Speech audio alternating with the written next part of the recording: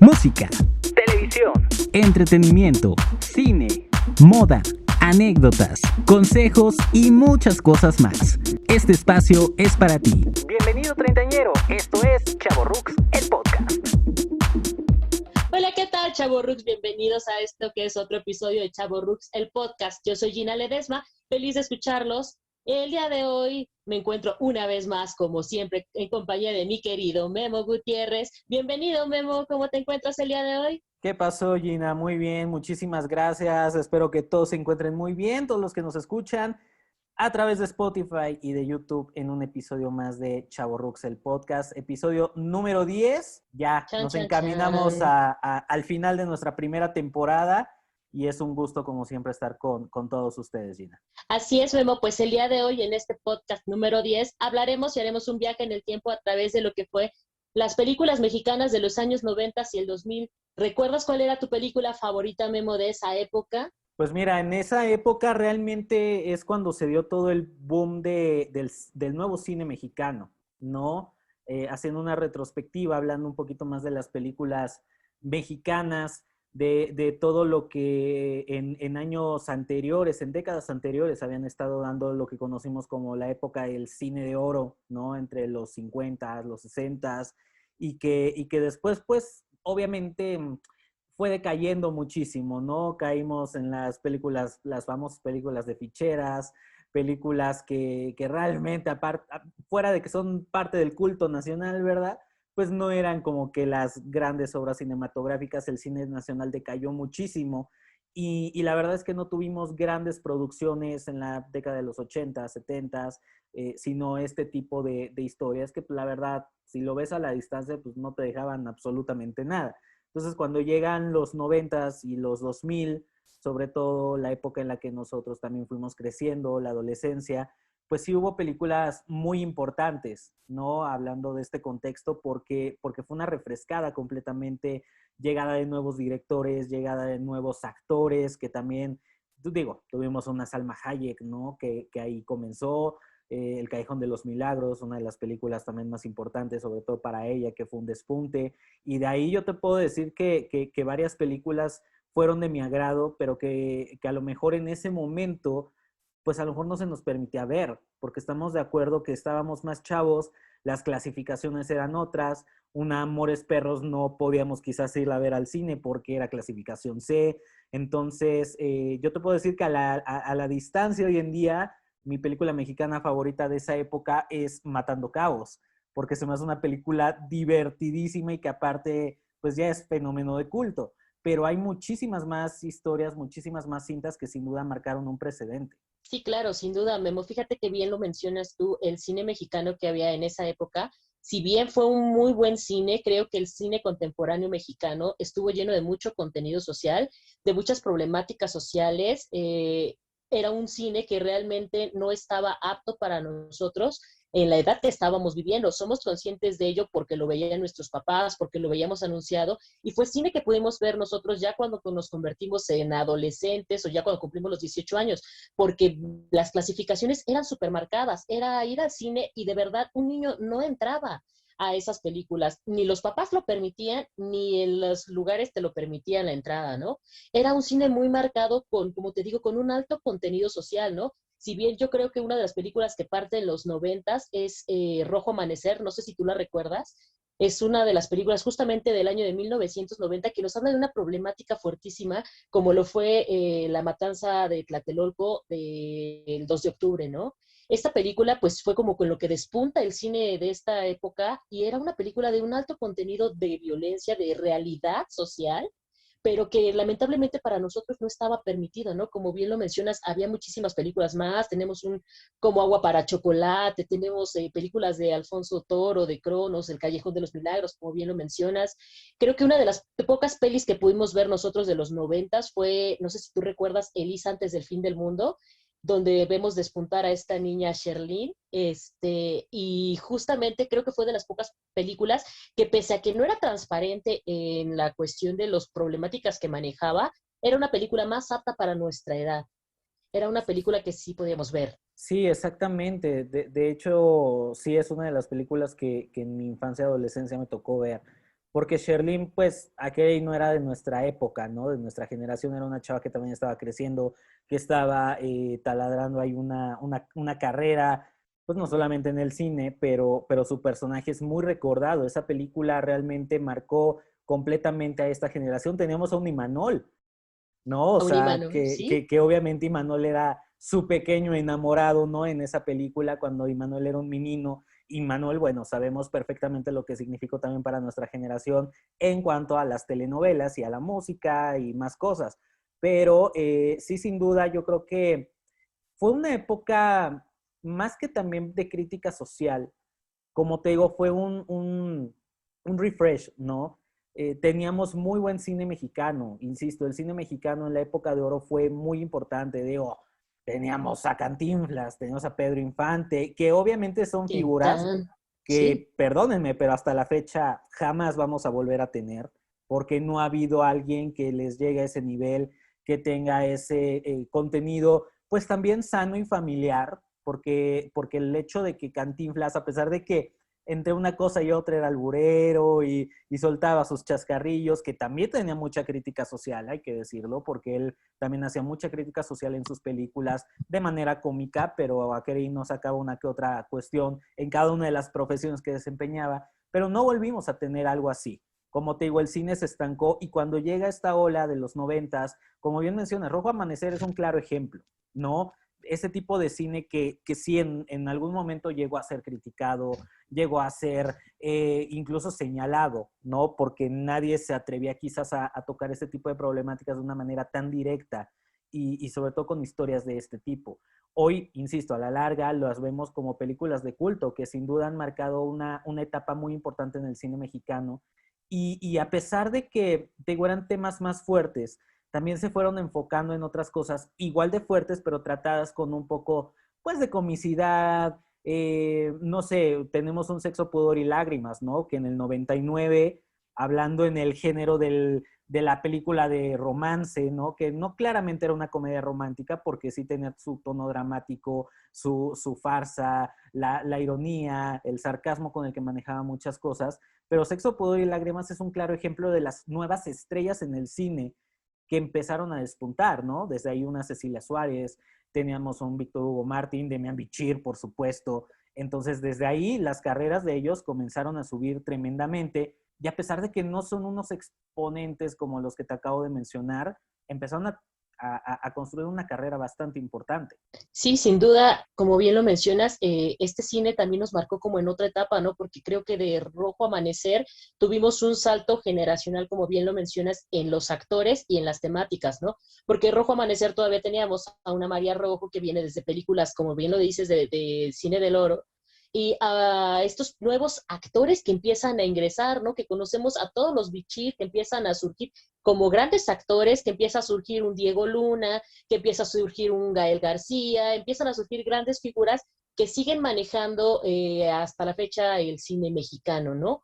Y también creo que la manera en que se maneja el cine en esta época da un giro porque es muy marcado de un humor muy mexicano, un humor que yo veo hasta la fecha, que es como marcar esta forma como de humor negro que tenemos los mexicanos de reírnos, ¿no? Como lo vemos en noviembre con las calaveritas de Día de Muertos y todo esto, que nos parodiamos de todas las cosas, hacemos una farsa de todas las cosas y nos reímos de todas las cosas. Tiene como una forma de llevarlo el mexicano que sin duda, por ejemplo, la forma de que se llevan los temas que tenemos en un Sexo, Pudor y Lágrimas o que tenemos en un Amores Perros, en un Todo el Poder o, por ejemplo, ¿no? La muerte por la libre, no sé si recuerdas tú esta película, ¿no?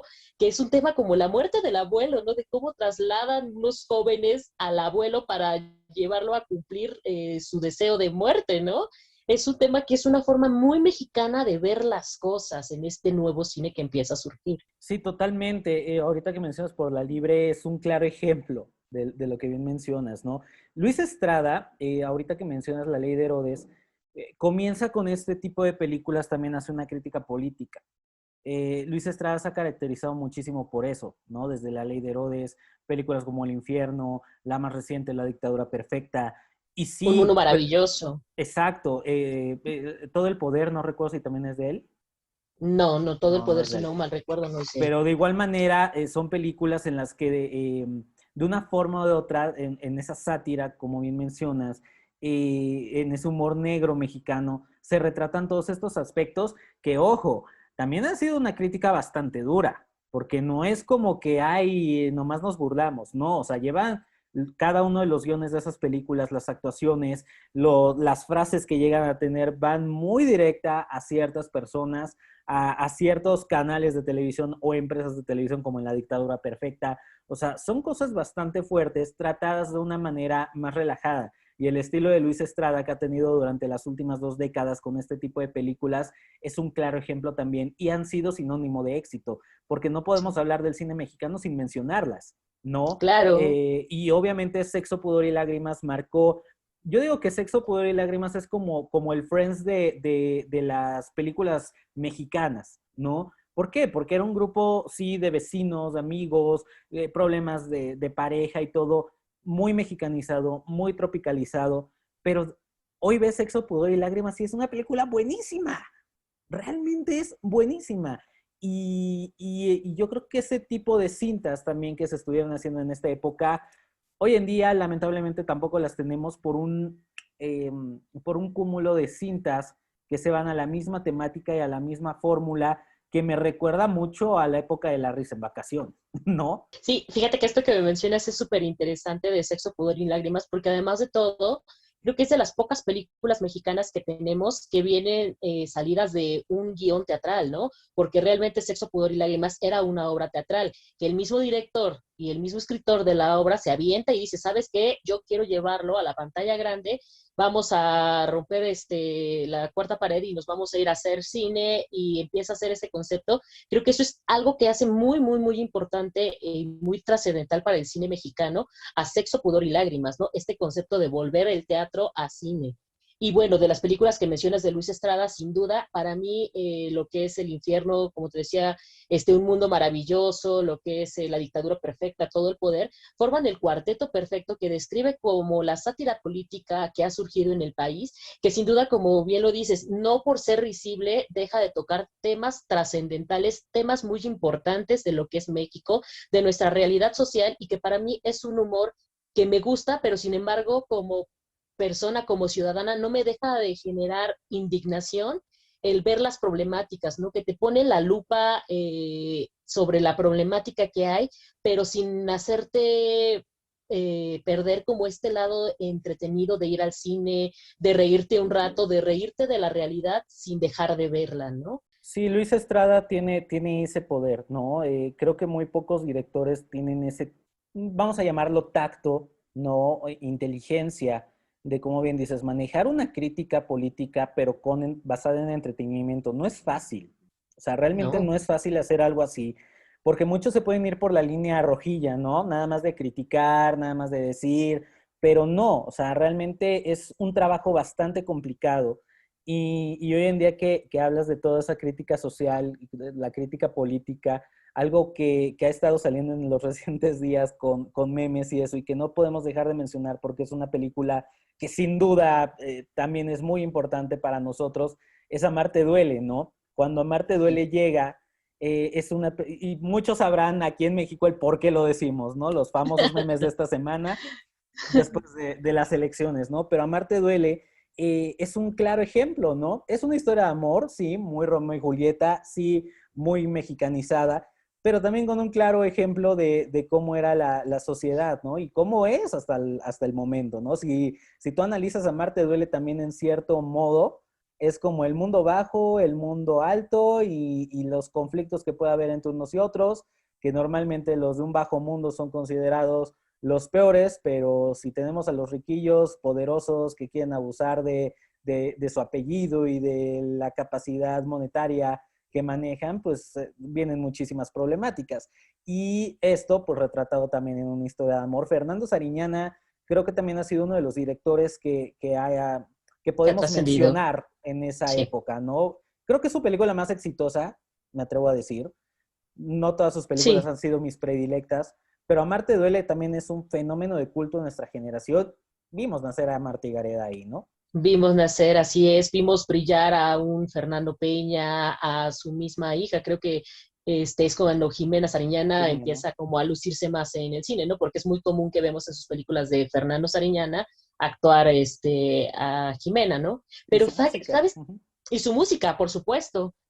¿Sabes algo bien importante que yo noté de Amarte Duele? Es que creo que lo importante de esta película para nosotros es que se vuelve como parte de nuestra generación, más de nosotros como treintañeros, dejémoslo así para no decir edades exactas, porque nosotros ya era una película que ya podíamos ver. Yo recuerdo que Amarte Duele fue una película que yo ya fui a ver al cine con mis amiguitas de la secundaria, que ya se volvía, si bien tal vez no estaba viviendo la problemática de Renata como tal, porque no era como tan marcado el amor, ya empiezas como con la cosquilla en la secundaria, ya empieza a gustarte el niño, ya empiezas a tener como la cuestión del amor prohibido, que si no te dejan tener novio, que si te dejan tener novio, empiezas a ver esto como algo más real, ¿no? Fue una película que por lo menos para mí se acercó más a lo que yo estaba viviendo, porque surgió en una época donde yo empezaba a tener interés en esos temas. Entonces, se hizo más cercana a mí que el resto de películas que Amores Perros, como lo mencionábamos, o Sexo, Pudor y Lágrimas, por ejemplo, porque era una situación que yo ya estaba viviendo y que yo podía ver a mi edad. Eso fue algo que para mí hizo muy cercano, ¿no? Y que también nos marcó en su música, ¿no? Todos los canciones que están dentro de Amarte Duele, creo que son clásicos que tenemos, ¿no? Cuento, tenemos a Mario Dom, tenemos a Natalia Kinky, Lafourcade. Natalia Lafourcade, exacto, son música que marcó nuestra generación sin duda, modas que había sin duda de nuestra época, los pantalones, la forma de usarlos, el morralito, todo eso creo que fue algo que estaba señaladísimo y que sin duda se hizo por eso un ícono tanto de nuestra cultura. Y las frases, el lenguaje visual. Mira, hay algo bien importante con esa película. Habrá gente a la que le guste y habrá gente a la que no, pero yo creo que en su mayoría, aunque digamos, ay, no es la gran película del mundo, sí, porque realmente marcó muchísimas cosas. En cuanto a lo musical, como bien mencionas, ¿cómo podemos olvidar esa secuencia en Chapultepec de Renata y Ulises con sus uniformes de la secundaria y eso con Natalia Los discos Lafourcade, quemados. ajá, Natalia Lafourcade y el 2000 de fondo, ¿no? O sea, es como que recuerdas esa escena y sabes perfectamente qué canción estaba, recuerdas perfectamente a Jimena Sariñana y que por su culpa mataron a Renata, ¿no? Recuerdas perfectamente a un Poncho Herrera en la terminal de observatorio disparándole a la otra al final, o sea, muchas de las cosas que hasta la fecha a Jimena Sariñana se lo siguen diciendo, por tu culpa mataron a Renata, ¿no? Y las frases de si te gusta el frijol, pues vas, o sea, ¿sabes? O sea, eso es a lo que me refiero con un fenómeno de culto. Creo que Sí. por muy buena, mala, como sea la película, es una película disfrutable, que también, ya si nos podemos analizar cada cinta o algo, en su lenguaje visual y en la manera en la que lo retrataba, también era muy innovadora para ese momento. No sé si tú te acuerdas las tomas que usaba Fernando Sariñana, ¿Sí? eh, ciertas escenas en blanco y negro, cuando tenías la cámara como un tipo GoPro aquí muy enfrente siguiendo la ¿Sí? acción de ellos, ciertas tomas también retratadas tipo cómic, o sea, La fotografía es era maravillosa de la película, sin duda. exacto. O sea, a pesar de ser una película urbana y que mencionabas tú, muchos chicos o chicas, porque ya empezaron a sentir la cosquillita del amor, fuera de eso, digo, yo estaba en la primaria, según recuerdo, en ese año. Entonces, no es como que a lo mejor sintiera la cosquillita del amor, pero era una película entretenida y que de una manera u otra, no me preguntes cómo, pero tenía su encanto y su encanto Sí. para todos nosotros y hasta la fecha la siguen pasando en la tele y yo la puedo ver y me gusta, ¿sabes? O sea, es una película bastante buena. Y lo que te decía, ¿no? Que menciona cosas muy de la generación. Yo, por ejemplo, te digo, yo estaba en la secundaria cuando esta película estaba y recuerdo perfectamente que en esa época la mayor parte de mis amigos eran grafiteros. A mí me gustaba grafitear. Es algo que el graffiti ahorita ya no sé si murió o por lo menos ya no está tan de moda, pero en ese momento está súper marcado en la película el graffiti, ¿no? Cosas también como lo que veíamos en lo que hablábamos de las redes sociales y todo esto, de las mermeladas, ¿no? Las famosas mermeladas que sacan ahí de Friends Ahí Connection. sale, Ahí exactamente. sale una mermelada que para nosotros era, wow, no hablar de una mermelada o que alguien te hiciera una mermelada. Entonces, ver una mermelada dentro de la película es como muy interesante, Y ¿no? la canción que le dedica Ulises a Renata, una canción de Elefante, la de Sabor a Sí, Chocolate, que sabor también a chocolate. es un clásico. Y también recordemos Soñé de Zoé. O sea, Uy, sí, que sin duda. también ya en la recta final de la película también se volvió un himno, sobre todo por la escena que todo mundo conocemos, donde Marty Gareda muestra las boobies, ¿no? Que Sí, también era, pues sí, fue polémico y hasta la fecha a la morra la siguen vacilando de que en cada película que hace lo mismo, ¿no? Pero ve un poco desde de eso es dónde, cierto. sí, claro, pero ve desde dónde viene, ¿no? O sea, ya es como un chiste local, pero ve por qué sucedió, ¿no? Sí, Porque es claro. recordada Martí Gareda por enseñar las boobies en Amarte Duele, ¿no? Quizás no Sí, se fijaron en su actuación, quizás no se fijaron, pero se fijaron en esa escena porque es parte ya del culto de la cinematografía mexicana. así es. Como la escena de la lavadora de Amores Perros. Claro, sí, son íconos que recordamos perfectamente de las películas y de la generación.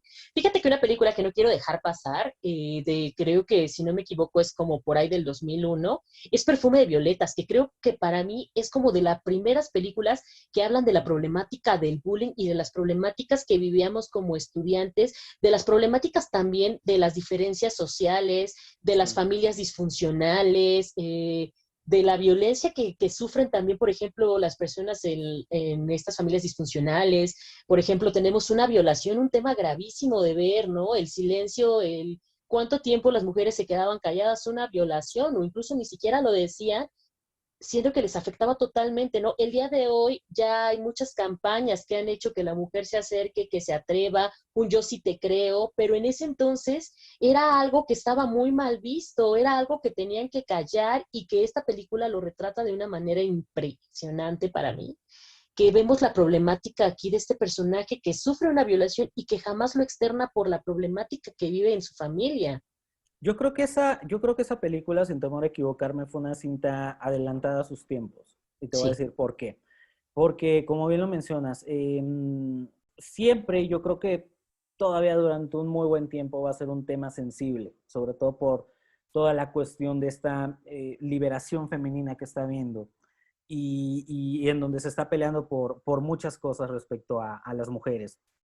Pero en ese momento, sí, si estamos hablando de inicios de los 2000, eran temas tabús todavía, que si eran mencionados en una novela o algo, que ojo, también en la televisión ya había sido mencionado en determinadas producciones, ¿no? Si nos vamos más a los 80s, en una telenovela como Quinceañera fue el boom, porque la protagonista precisamente antes de sus 15 años tenía una violación, ¿no? Pero como tal, aún así, la manera en la que lo retrataron fue más rosa, pero aquí era una manera más cruda, era una manera más real, era una manera en la que precisamente se lograba un rollo de identificación. Y creo que también marcó una pauta, ¿no? Como bien lo mencionas. Esos temas eran muy complicados de tocar. Creo que sí fue de una manera también inteligente, ¿no? Como lo que decíamos de Luis Estrada hace rato. Fue un acierto y a la vez un riesgo, porque todavía estábamos en una época en donde no, ese tipo de sensibilidades y para ir al cine a lo mejor para mucha gente no estaba todavía muy bien visto que digamos y era muy complicado. sí, sí, sí, sin duda. Fíjate que si no me equivoco, esta es de las pocas películas que es dirigida por una mujer. Si no me equivoco, fue dirigida por, te digo, por una mujer y que en esa época y en el cine mexicano no es muy común de verse. Me es muy importante remarcar esto porque creo que el tacto con el que maneja temas, si bien tabús para la sociedad, menciona temas que son muy importantes y que impactan mucho en lo que es el vivir de una mujer, ¿no? Claro. Vemos también que marca la problemática de la menstruación como tema tabú, ¿no? ¿Cuánto te afecta la menstruación dentro de una etapa de la secundaria que a veces no les hablan a las hijas de lo que es la menstruación? O ese tipo de problemáticas, el ser una madre soltera, desde el cómo está mal visto, como las dificultades que tiene una madre soltera, ¿no? Para criar a sus hijos, que sin duda son mujeres que merecen muchísimo reconocimiento para mí, porque hacen el doble de esfuerzo y creo que ella retrata mucho esos temas de problemáticas femeninas de una manera táctica que no deja de ver los problemas que hay en toda la sociedad o en esta etapa secundaria, pero que sí le da como cierta, eh, lo resalta, digamos, un poco.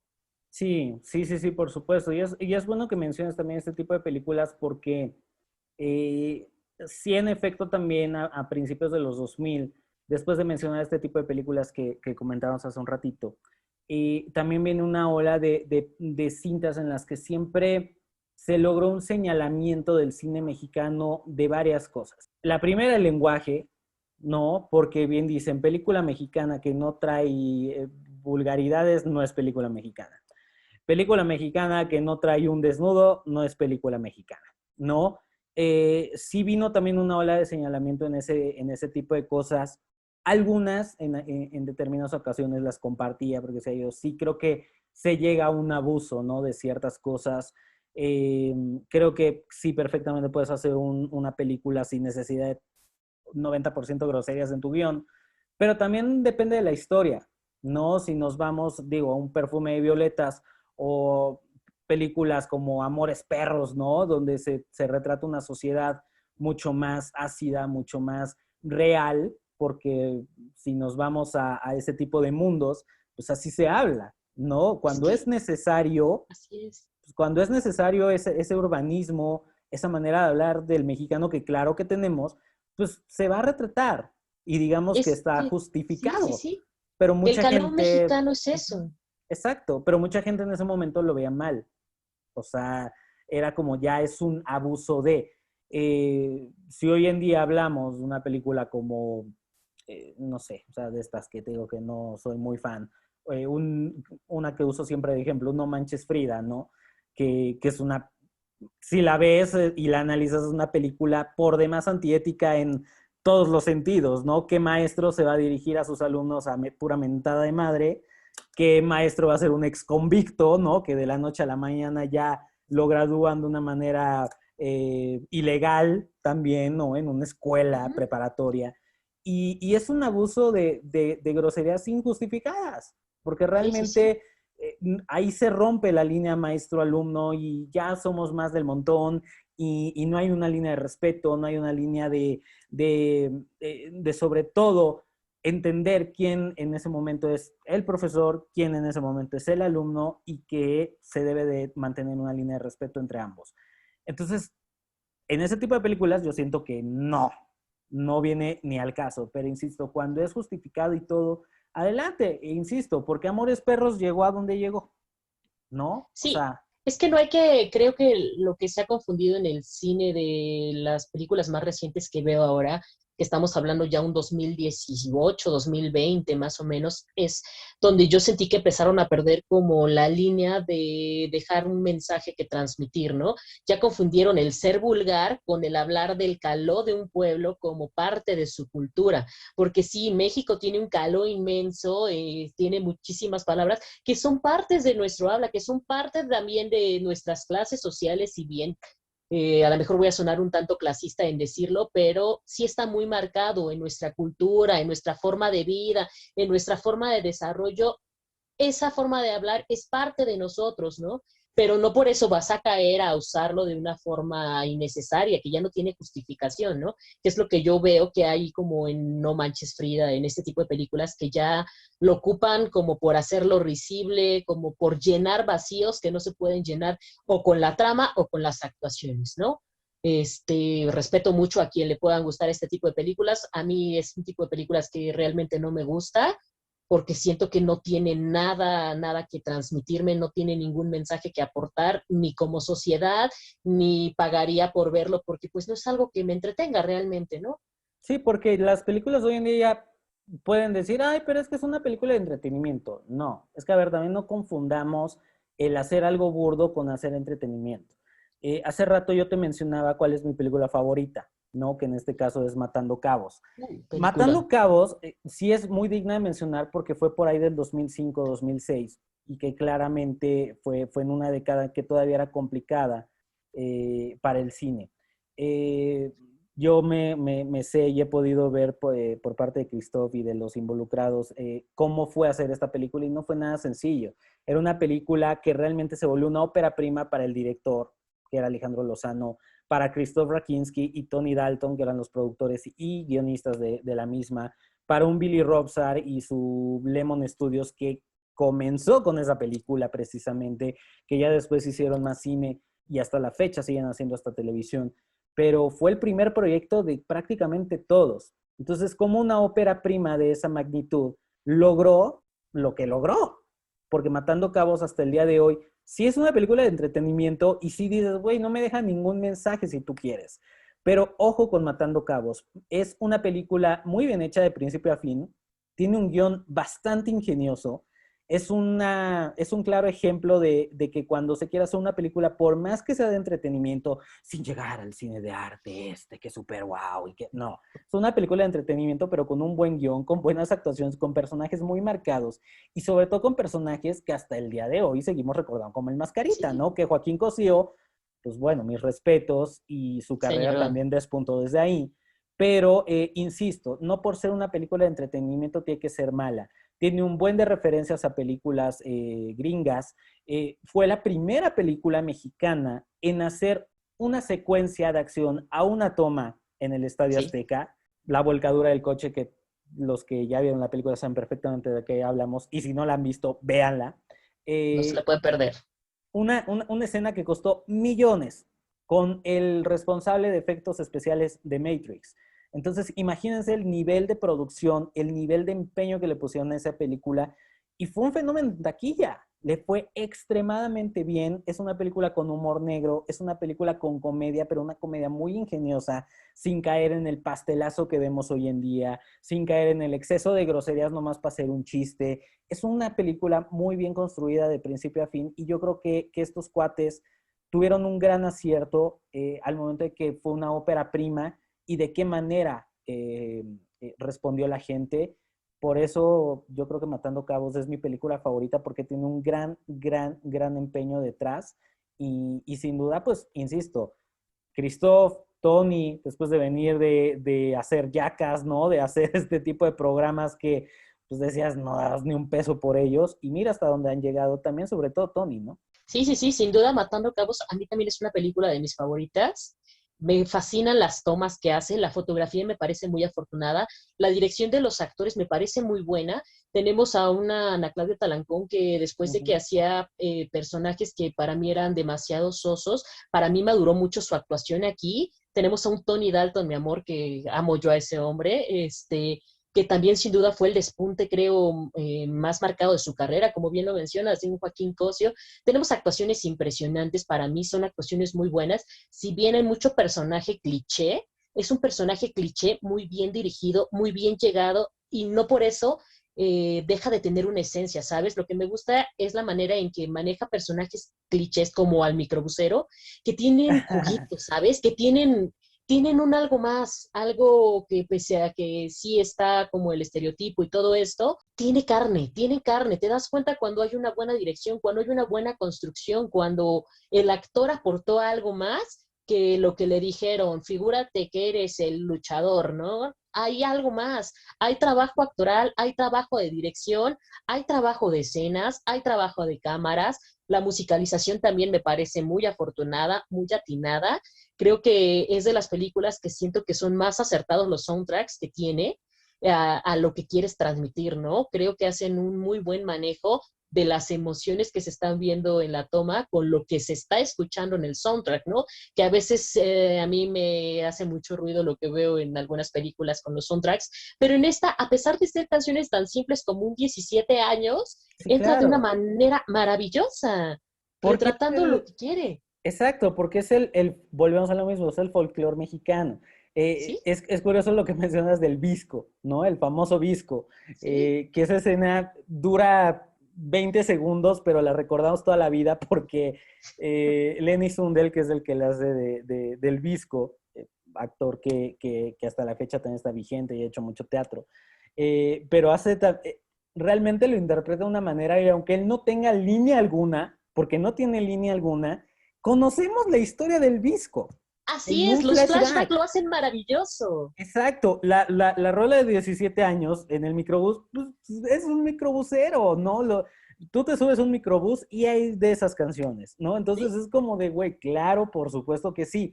Y sí, exactamente, o sea, hace de personajes tan simples que hoy en día ese personaje podría pasar de la manera más simple, Pero no, ahí es a lo que voy. Cuando tienes un buen guión y tienes una buena dirección y una buena construcción de personajes, a pesar de que no digan ni una sola cosa, tenemos la historia del Visco y por qué le molesta tanto que le digan así, ¿no? Como de Claro. Mascarita, que, ojo, este es un dato que voy a dar que creo que casi nadie sabe de Matando Cabos y pueden verlo en un video de Chan, Christoph chan, XP. chan.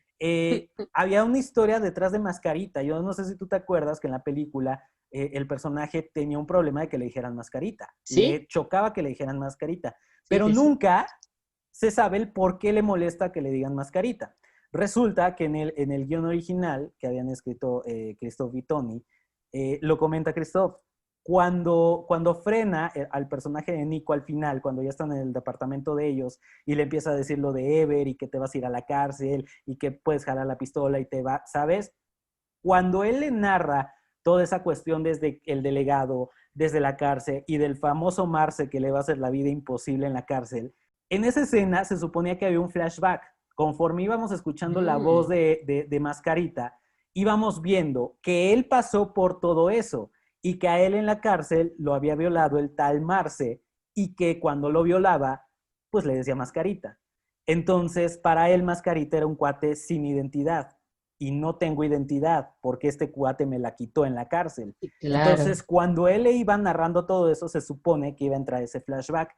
Porque sí, al final ves la película y dices, bueno, ¿y por qué le chocaba que le dijeran Mascarita? Nunca lo aclararon. Bueno, esa parte era la que aclaraba todo el rollo del personaje Joaquín Cosío. Y Christoph lo dijo, me chocó que quitaran eso en el corte final porque para mí era una vuelta de tuerca e íbamos a comprender muchísimo más el personaje Mascarita y por qué le chocaba que le dijeran así, ¿no? Y como eso, hay más curiosidades. Yo no sé si tú sabías que Jesús Ochoa era el primer elegido para hacer Acabos, el personaje que hizo Pedro Armendáriz.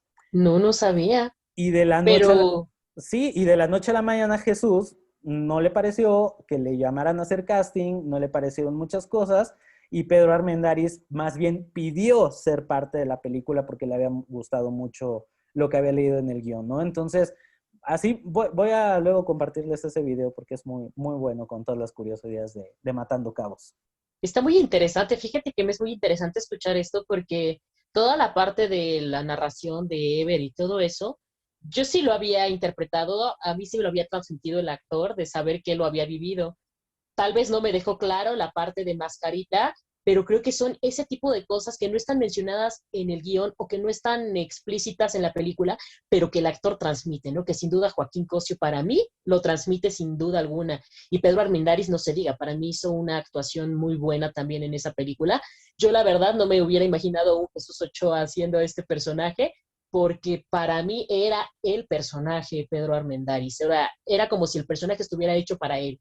No, y José María Torre iba a ser el caníbal que hizo Silverio Palacio. Oh, José María Torre y de hecho muestra ahí Cristo videos del casting de José María, y él iba a ser inicialmente el caníbal, pero pues llegó Silverio y ve también a Silverio Palacios también cómo creció, ¿no? Desde ahí hizo personajes bastante importantes que, bueno, pues hasta la fecha el señor sigue trabajando.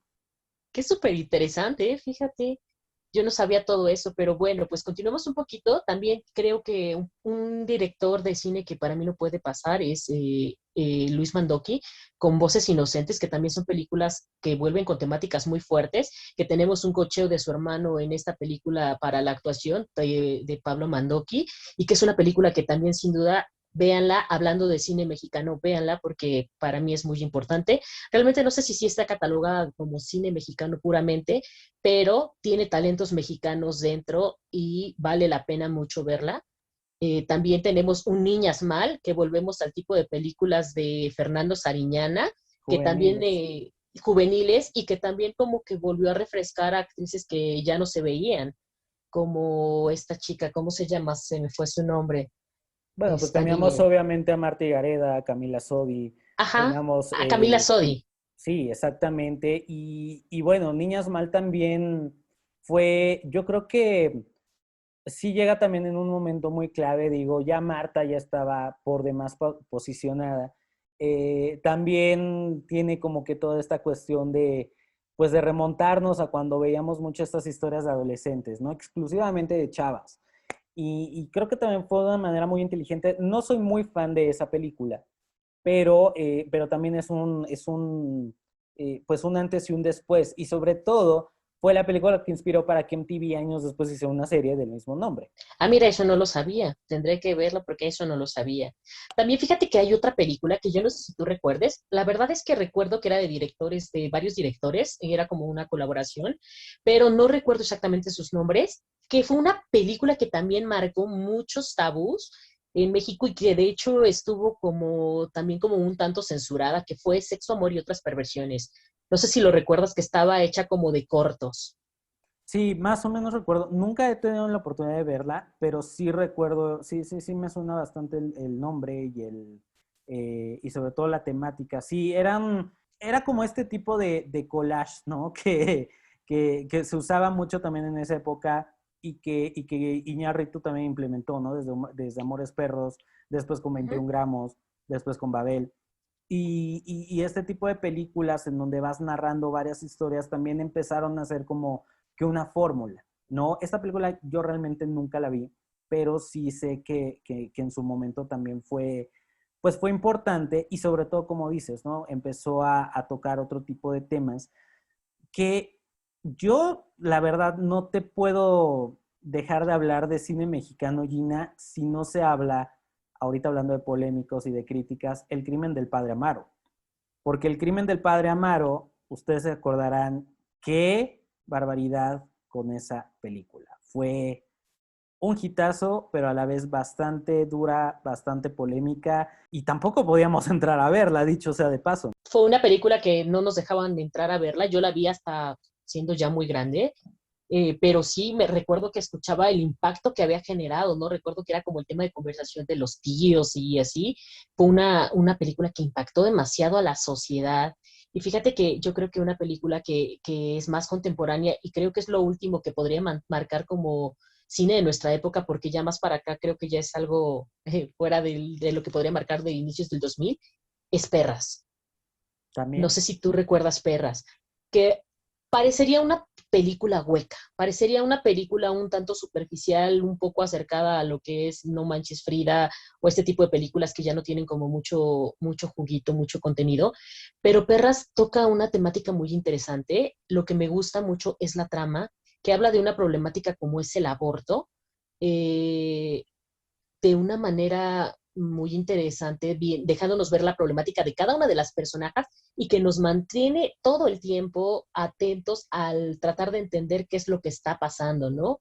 De una problemática de la juventud actual, de que creo que bueno, va a ser una problemática que seguirá durante muchos años pese a la legalización del aborto, pero la manera en que Perras lleva este tema me es muy interesante. Además de que también nos hace como un cambio generacional de actores, ¿no? Porque dejamos de ver a estas actrices, a un Diego Luna, dejamos de ver, como te decía, a un Gael, a una Marta Higareda, a los Bichir, y empieza a introducir actrices ya más jóvenes, empieza a entrar a una nueva generación, creo que sale, ¿te acuerdas quiénes son las actrices que están? Yo no me acuerdo muy bien de quiénes son. Al 100% no, al 100% no, pero sí fue un cambio también generacional, porque pues es como todo, ¿no? O sea, Gael, Diego, Ana Claudia, todos esos, pues ya iban como que para otro lado, ¿no? Ya no iban como ya tan pegado a lo juvenil, ya iban en una etapa mucho más adulta, y sobre todo Diego y Gael que empezaron a despuntar de una manera también internacional, ya se fueron concentrando en la dirección y todo eso. Entonces, sí vino como que un cambio generacional con todo.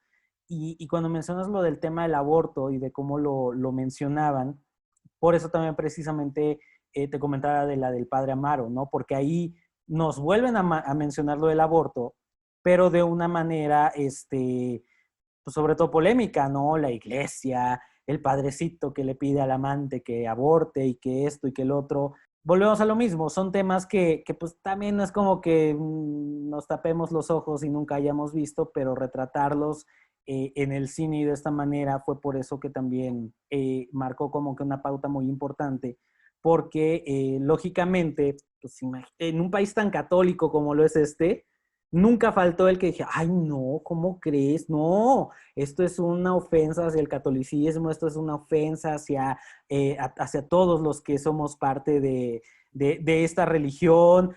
y fue verdaderamente muy polémico. Y creo que así como estas películas que estamos mencionando, hay una lista interminable de cine mexicano, Gina, que sin duda podemos decir que entre bueno, entre malo, regular, pero marcó la época completamente.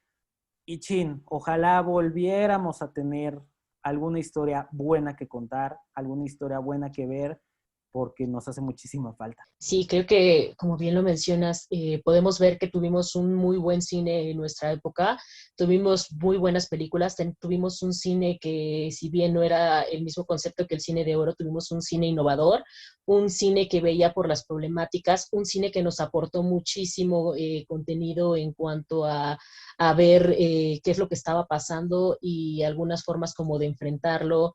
Vimos cine muy alternativo, vimos aportaciones en la forma de llevar la fotografía en el cine, la musicalización, tuvimos a muchos actores que sin duda siguen siendo muy importantes, que hoy siguen siendo de nuestras imágenes más importantes a nivel incluso mundial. Tuvimos a grandes, grandes actores en esta época y sin duda creo que podemos hablar de que durante los 90s y 2000 tuvimos un cine que va a ser muy representativo y del que como mexicanos podemos sentirnos completamente orgullosos. Ojalá que en las nuevas generaciones puedan aportar, como bien lo decimos, un cine que tenga más carnita, un cine con más contenido que como el que tuvimos, ¿no? Que ojo, también antes de, perdón que te interrumpa, pero sí creo que también es bien importante mencionarlo. Todas estas películas que acabamos de decir, como muchas que todavía faltan en ese listado, sí todavía iban por un terreno comercial. Ojo, cuando decimos comercial significa que tenía un poco más de apoyo, ¿no? Uh-huh. Que se podían ver muchísimo más en las salas hoy en esos momentos. Fue una explosión todavía del cine mexicano. Hoy en día, lo que vemos comercialmente hablando no es tan bueno. Esa es la realidad. Y sí hay muy buen cine, sí hay muy buenas películas que vale muchísimo la pena ver, que si ustedes tienen la oportunidad de verlas en alguna plataforma, que si ustedes, por ejemplo, Blim, ahorita que mucha gente odia Blim porque es una plataforma de Televisa, pero me he dado cuenta que han metido mucho del cine mexicano, que no ha sido tan comercial, ¿no? Y que sin duda han sido también factores en las entregas de los Arieles recientes, películas que pues mucha gente no conoce porque están tan embobados con las cintas que estamos diciendo y que nos han regalado, ¿no? Malamente, pero hay mucho buen cine, de que lo hay, lo hay. Sí.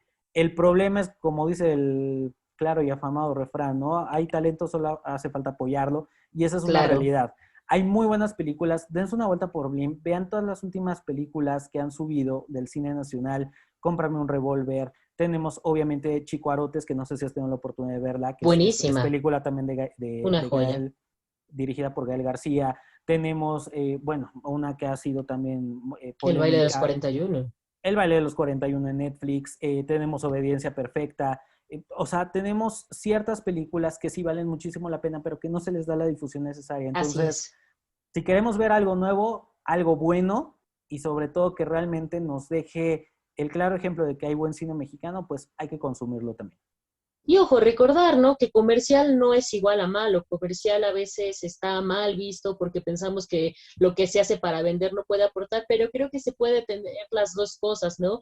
Así que yo les pediría a nuestros chavorrucos que nos escuchan, déjenos saber cuáles son sus películas favoritas, cuáles son las películas que más los han marcado esta época. Si conocen alguna película que se nos fue y que nos quieran recomendar para verlas, sin duda sería un gran aporte para nosotros y para todos los chavorrucos que nos visiten. Y pues bueno, este fue un viaje terminado. Recuerden que pueden encontrarnos en lo que son nuestras redes sociales como Instagram y Facebook. En ambas nos pueden encontrar como Chavorrucks, el podcast, perdón. Yo soy Gina Ledesma. Me pueden encontrar como Gin Ledesma en Instagram, como Gina Ledesma en Facebook. Memo, recuérdanos tus redes, por favor. Sí, por supuesto, es @Memo Gutiérrez 15 en Instagram. Y recuerden que también, aparte de que estamos en Facebook con Chavorrucks el podcast, estamos en Instagram como @Chavorrucks canal para que nos sigan. Y recuerden que nos pueden escuchar los que estén ahorita en YouTube, los que estén ahorita en Spotify. Estamos en las dos plataformas para que estén muy al pendiente de cada episodio cuando lo vayamos subiendo. Y también ya pronto les subiré cómo estamos en Anchor, porque estamos ya en las 3 plataformas. Entonces, Chon, chon, chon. para que estén ahí al pendiente. Y pues muchas gracias por su sintonía, mi Gina. Nos escuchamos la próxima semana. Claro que sí, nos escuchamos la próxima semana. Esto fue Chavorrucks, el podcast. Viaje terminado, nos escuchamos la próxima. Bye, bye.